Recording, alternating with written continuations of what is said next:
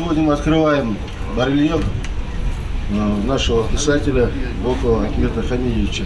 Малгобек, улица Асканова, дом номер 12, в котором жил несколько месяцев Ахмед Боков, всенародно известный прозаик и драматург, момент которого ждали все – открытие мемориальной доски, посвященной ингушскому писателю.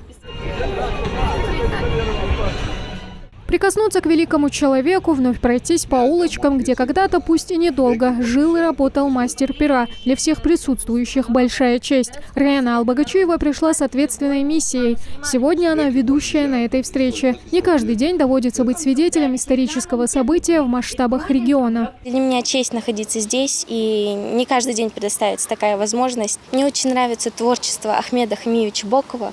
Я читала такие произведения, как «Свинцовые дожди» и «Сыновья Беки». Мне они понравились, потому что там отражена жизнь нашего народа, и мне очень понравилось находиться здесь. Здесь мои одноклассники, и нам очень приятно было здесь.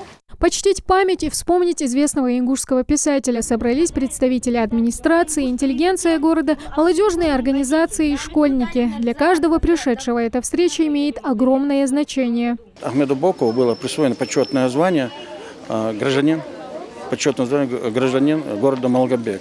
Это тоже, конечно, имело для нас очень большое значение. И сегодня здесь он некоторое время проживал на территории нашего города, вот в этом доме. И сегодня, конечно, многие люди, которые будут приходить и смотреть, будут знать, что в этом доме, на территории нашего прекрасного города, города воинской славы, когда-то проживал и выдающийся ингушский писатель.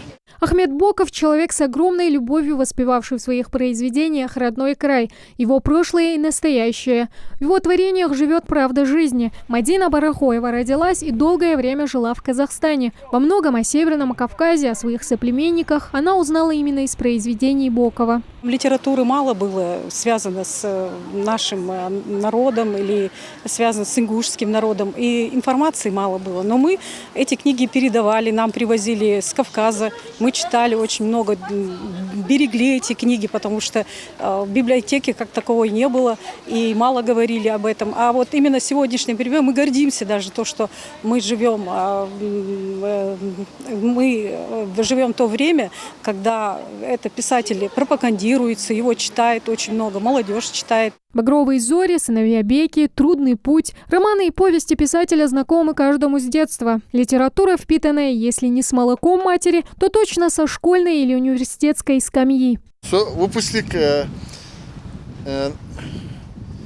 факультета ингушского языка и литературы, русского языка и литературы, Часер Велчхана, 79 год, окончил я ВУЗ. Мне довелось неоднократно присутствовать на творческих встречах с нашими студентами, которые проводил Ахмед Боков. Все студенты были без ума от его произведений. Ахмеда Бокова нет среди нас вот уже 13 лет. Но имя народного писателя давно уже стало бессмертным. Его любят и чтят благородные потомки. Как говорится, человек жив до тех пор, пока жива память о нем. И открытие мемориальной доски в его честь – прекрасное тому доказательство. Тамара Хашагульгова, Магомед Белакиев, Новости 24.